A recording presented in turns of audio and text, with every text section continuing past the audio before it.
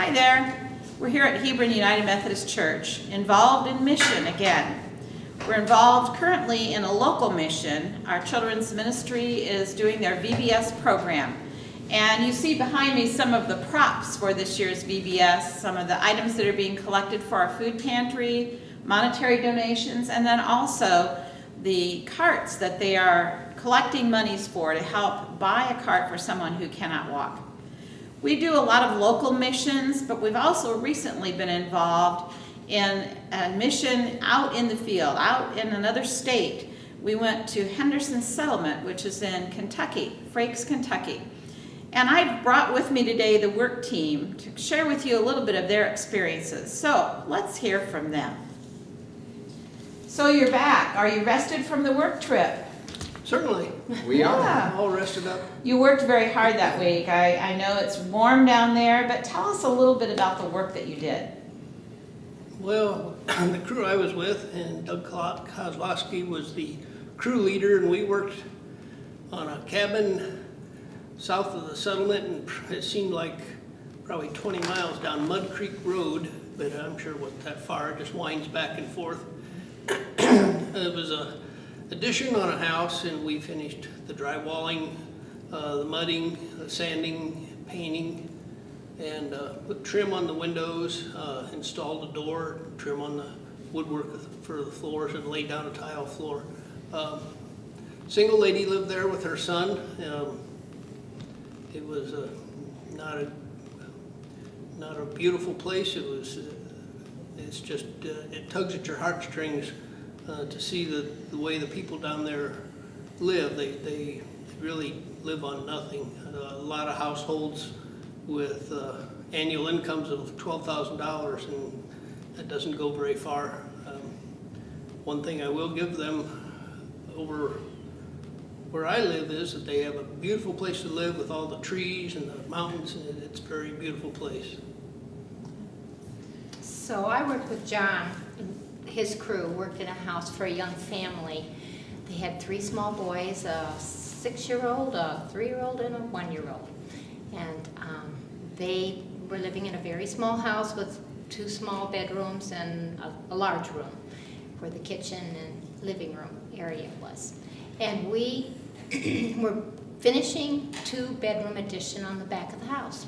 So we did sanding, mudding, painting, trimming, and put down a new floor in that room. John, do you want to? Part of my crew was Joyce, Pastor Kathy, Ed, and Pastor Harold. We worked together, like Joyce said. We were mudding, sanding, painting, putting down floors. We did trim on the windows. We came into a situation where the family actually was not too happy when we first arrived because of the work that was done prior to us. But by the time we got done, they were ecstatic of what we did. What kind of things did you experience while you were there? Emotions, or what kind of things did you learn from the families in the area? Well, I enjoyed getting to know those 3 little boys because I always loved children. And I brought some books along to share with them, and that was fun. And cookies, they loved cookies. We shared cookies and got to know them a little bit. That was pretty special to me. The home where I worked, the lady, like I said, was single. She had no job. She had no automobile or car. She had to rely on neighbors and friends for transportation. Her mother had passed away in this past December, and her mother had previously been living in that house. So she was still mourning the loss of her mother, getting up each day, not having a place to go, people to mingle with, to work. It seems like, getting over the death of a loved one would take a long time. And you just your heart just kind of went out to her. I know that we've experienced in the past families who get by on very little, and that was the case again this year.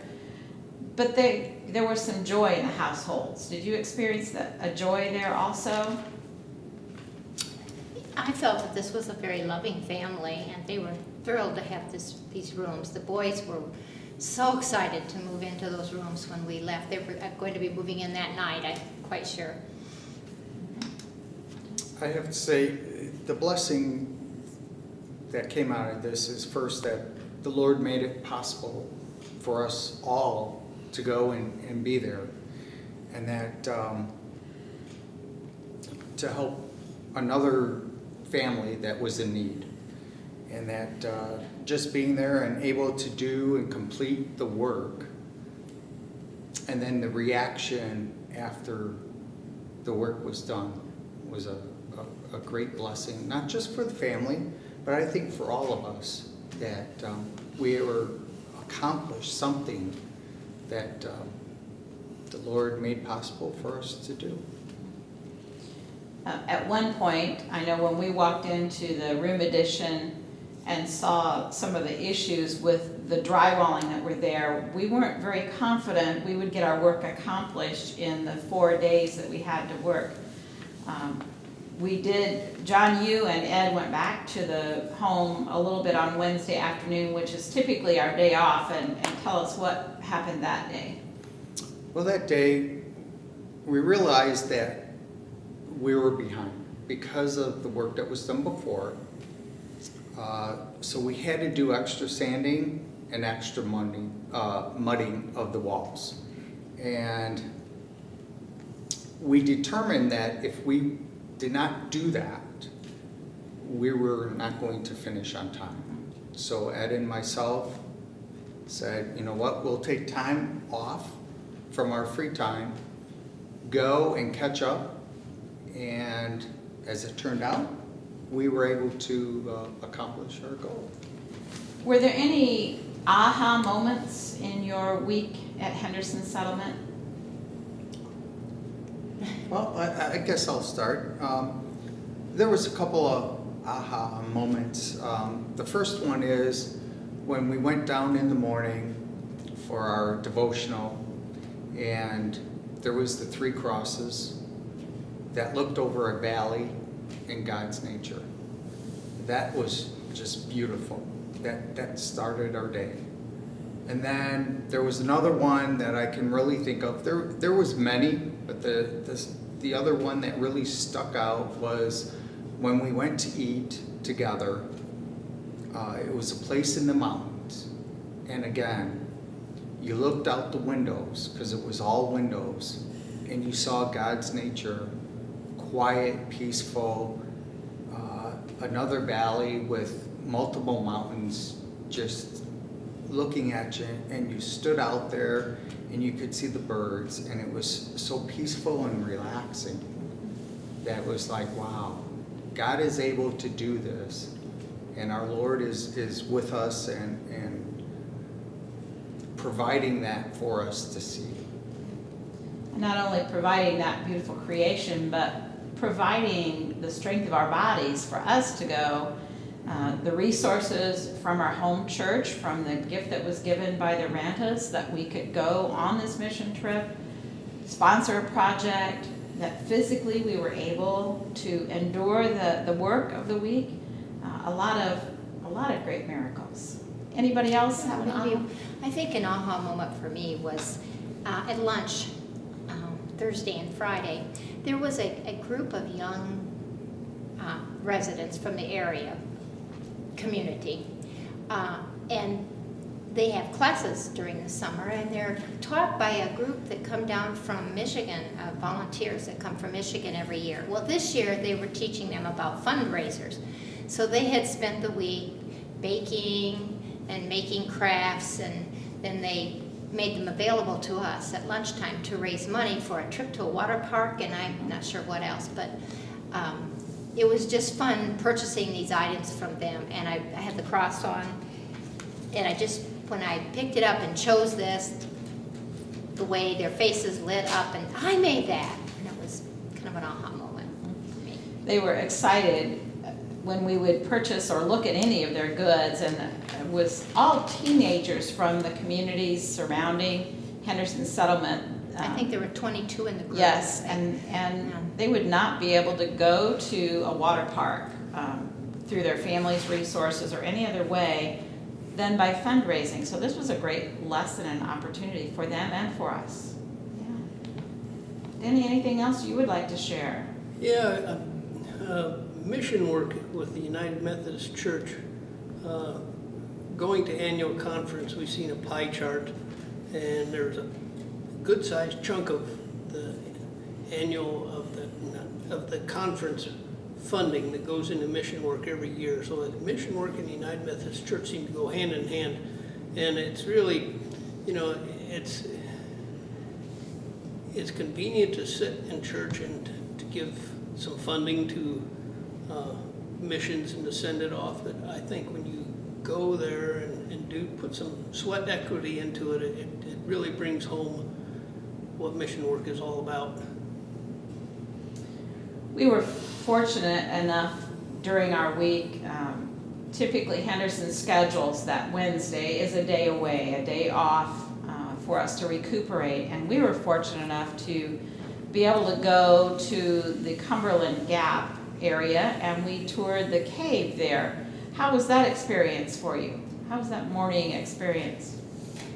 It was enjoyable. I'd never been in a cave the size of that one before, and it was, this cave had at one time been used a lot. It had electricity in it, and people had toured it a lot, and they had returned it to its natural state because of algae growing on the walls, and so we had to carry a flashlight to go into the cave, and it was very exciting. It was fun. And cool. It was cool in there. Oh, the really neat things at the end of the cave on the walls were the names of soldiers from the Civil War. They had put their names on the wall, and they were still there. That was They'd gone there to seek some rest and relaxation and some coolness from the heat of the day. It's always 55 degrees in Yes, the cave, it's winter, summer.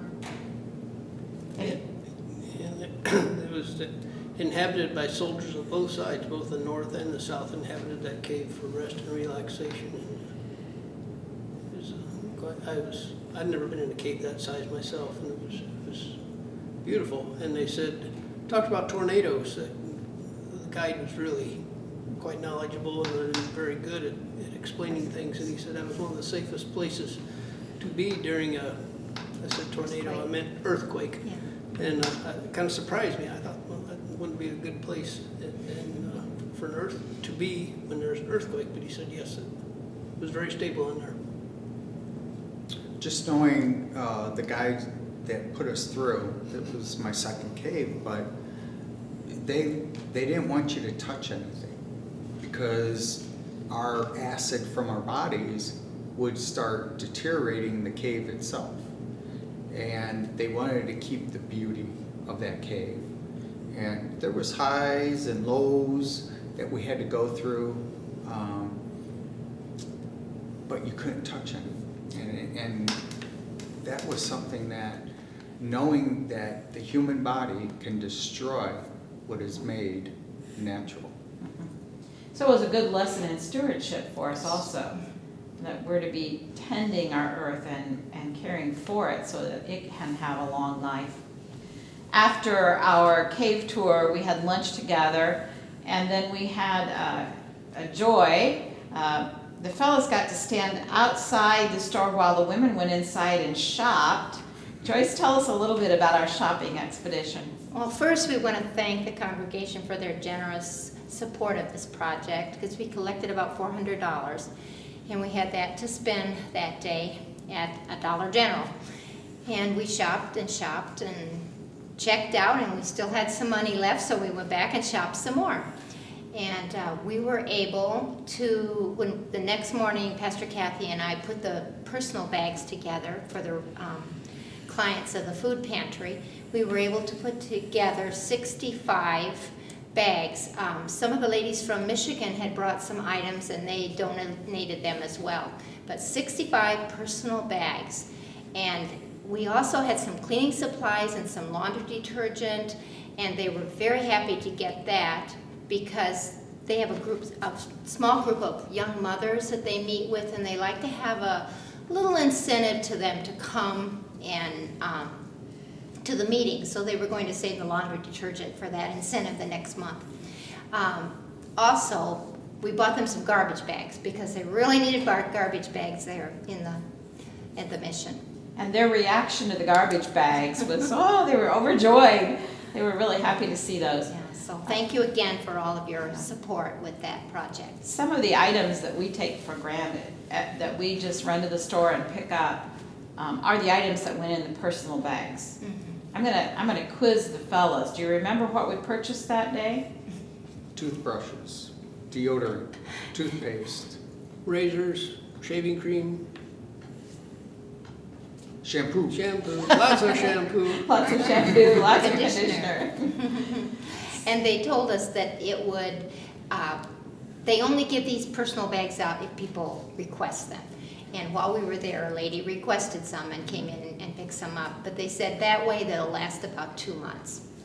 And besides that, I have to give a shout out to the United Methodist Women of Hebron, because they were able to give us a lot of children's clothes.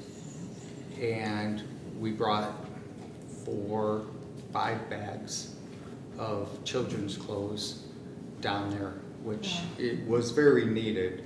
They had a mountain of donations, but they assured us that that mountain of clothing would be gone by September or October. That it's very needed.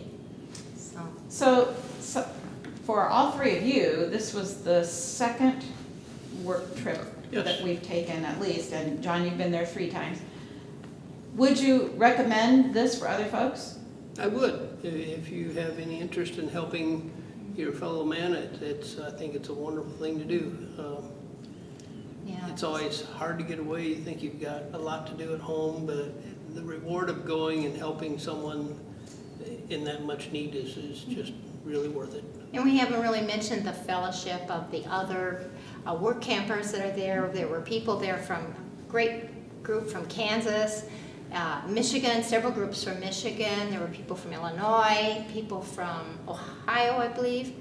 And the fellowship is great. You're all friends while you're there.